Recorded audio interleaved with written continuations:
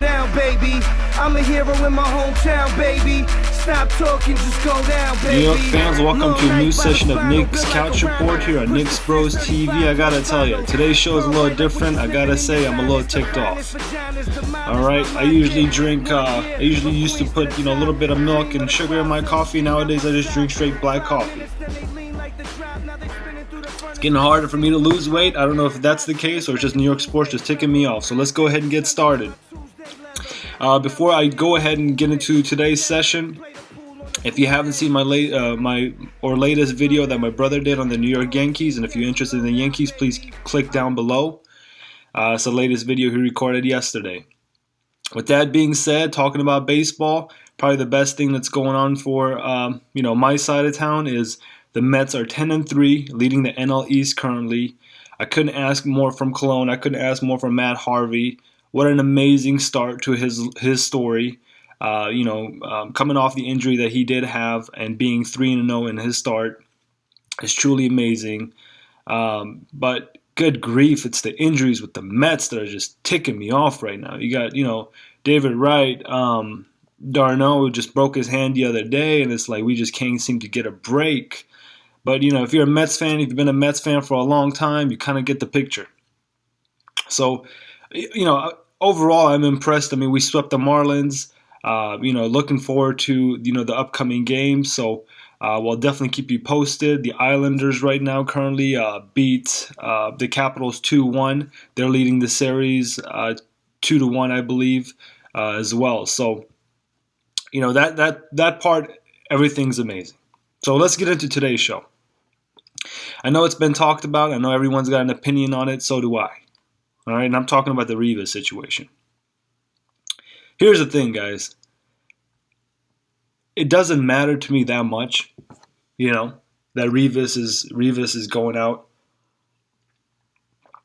That Rivas is going out and, trying to join his former team, go to the White House. Yeah, I get it. It's a big deal. It's a once-in-a-lifetime opportunity. You don't get to do that often. But it's the Patriots, all right? If Rivas played for the Panthers, if Rivas played for the Falcons, if Rivas played for the Raiders, if the Rivas played for, I wouldn't care as much. But it's the Patriots, all right? This is the one thing that ticks me off about players, is the fact that it's, I hate to say it, but it's the truth. And you know what? I'm the idiot. I'm the idiot that's emotionally attached to this entire thing and tries to look at it from a whole different perspective. But these guys, they don't care. They're friends. Yeah, sure. And you know what? That's fine. But I'm an old school type of guy. Right? It's red versus blue. I like to keep the rivalries alive. I like to be a little bit passionate about it. I like to not talk to my rival fans for about a week when we're playing. That's just the way I am. And if we didn't think of it this way, then the ticket sales wouldn't be that way. There wouldn't be anything called rivalries. That's what's awesome about sports, is the fact that there's rivalries.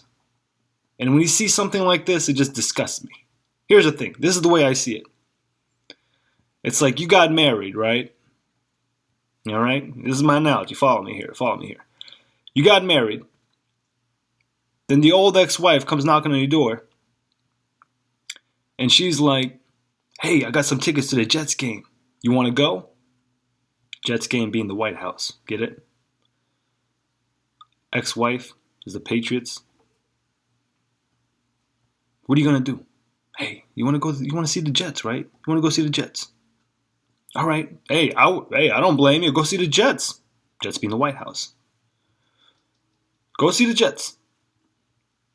But guess what? When you come back home, you're sleeping on the couch. That's how I feel. Period. And you know what? First two games, I'm not wearing Rivas' jersey. Done. That's for going to the game. You're sleeping on the couch. That's my analogy. I'm not going to hate the guy for it, but it's kind of like, it aches me. And, it bothers me. I'm not going to lie to you. It's kind of a semi-little rant here, guys. So bear with me. All right. Next off, Rex Ryan. You guys know I love him to death. Rex Ryan is an amazing, amazing coach. He runs his mouth a lot, though. One of the biggest things he does, he overdoes it. He just becomes the center of attention. I don't care who's on your team. Tom Brady, whoever it is, he will be the star of your team. And he came out and stated that, when they made that decision to let him go, the Jets had a meeting about marketing and the way they wanted to market their team. There's nothing wrong with that. They're done being a circus. And I can't now call the Bills a circus yet because we haven't seen them play. Now, if you go 11-5, you go deep in the playoffs, I can't call you a circus. Because you're talking the talk and you're doing it, you're walking as well. But if Rex Ryan does all this talking and his team just flops in a very tough AL East, then soon that Buffalo Bills team will become what the Jets were. You lose credibility. And this is the biggest thing I was afraid with Rex Ryan is, him going to Buffalo and just tearing us apart. And that's exactly what he's doing. Not on the field. In press conferences, interviews. And it's like, you were the guy that bled green and white, man. You were the guy that, sure, you might be bitter with the franchise, but there's a lot of players on this team that you've had some sort of rapport with. Yeah, I get it. Amara came out and talked, sure. I expect a little more from Rex. I really did. But like how he always says it, come that Sunday. Oh, I can't wait for a Buffalo Bills game. I can't wait for because now that rivalry has revived itself. Us and the Patriots, forget about it. We've always have had a rivalry. Dolphins, sure, Dolphins and us have had some really, really great games, meaningful games, counting on playoff type of games. But the Bills, and I don't mean to be disrespectful to them, but they've been irrelevant for the past 15 years. They're the team you go and get a win against. Yeah, sure, we lost to them this year. I get it. I get the picture. Hey, they're on the up and up. I get it. I fear the Buffalo Bills. I fear the AL East right now because we don't have a quarterback. But again, this is not the quarterback rant right now. There's a guy named Islander Blader, I believe. If I miss your name incorrectly, please let me know. But I watch his videos. He's an amazing guy.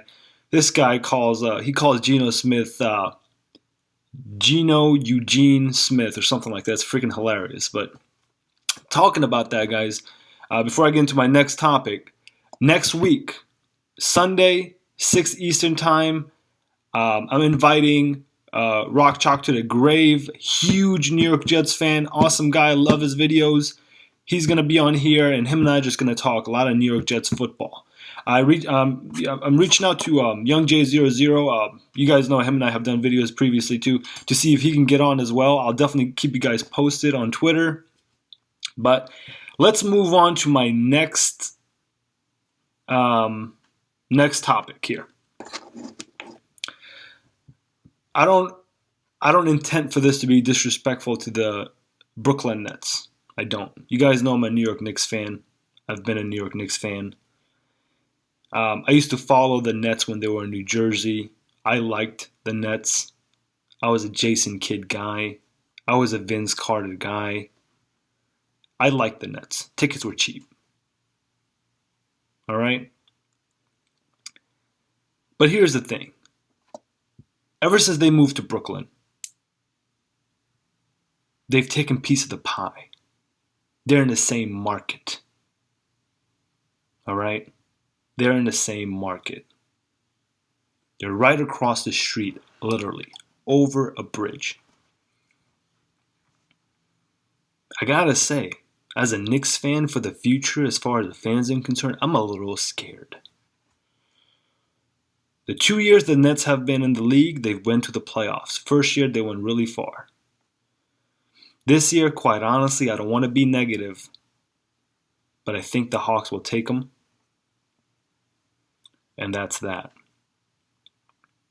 But what I'm afraid of is you're going to have a new generation of Nets fans. And if the Knicks keep up the way they're playing, we will lose fans. Because right off the bat, you're looking at old school guys in the 30s, guys in the 50s, guys even in their, late 20s are Knicks fans. Being a Nets fan is cool. Black and white, black and gray. You got Jay-Z doing this. Do I think the Nets, and I don't want to be disrespectful, it's kind of a gimmick? Yeah, sure, I get it. I mean, Jay-Z owned 1/15% of the company. He invested $1 million. Everybody was like, yeah, he owns the team. You couldn't even get Rockefeller, engraved on one of the toilets with that money. Owner's wishy-washy. He's too engaged in Russian politics. One day he's selling, one day he's not. One day he's hiring somebody to sell his team, one day he's not. Billy King, what are you doing? The Nets had it all to me. First year, they invested in all those older players. Not much of a future. And honestly, this year, they're riding this entire Darren Williams, train for too long. I don't know if he's the guy. They should have went a younger direction. It might have taken a little longer.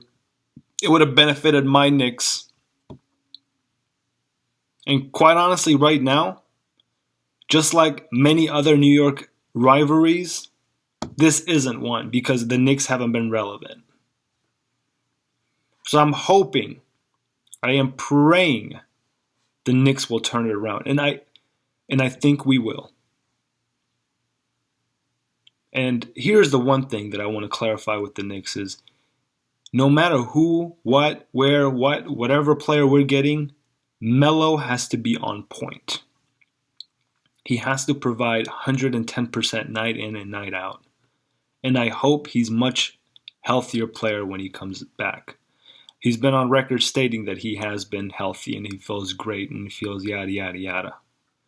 So that's that, guys. Tell me what you think.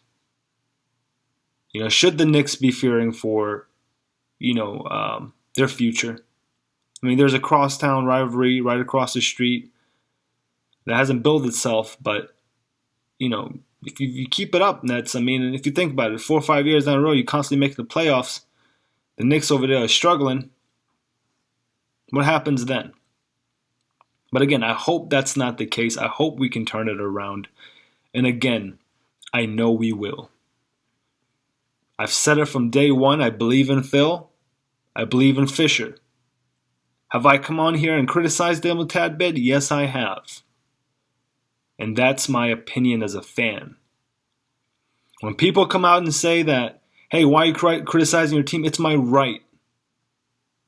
I invest hours on this team watching garbage product. It's my right as a fan when I have to pay $400 for mediocre seats at Madison Square Garden. I invest time, money, merchandise in this team, so I expect to have a 15-minute rant here or there if my team isn't playing right. I don't know, guys. Leave me your comments. Tell me what you think. Tell me what you think about this entire Rex Ryan situation, Darrelle Revis situation. Let me know how you feel about the amazing Mets. We got NHL hockey playoffs going on as well. Leave me your thoughts there. Please comment, subscribe. Check us out on Twitter. Share these videos. I love doing them. My brother loves doing them. And again, next week, here on Sunday, 6 p.m. Eastern Time, I will have the pleasure of speaking with Rock Chalk to the Grave, one of the guys that's, has been a front runner for the Jets as far as video making and being part of the trash talking circle, which is a brutal abuse. You guys watched those guys before? Just go at it. So again, thank you so much. Comment, subscribe, and have a wonderful week.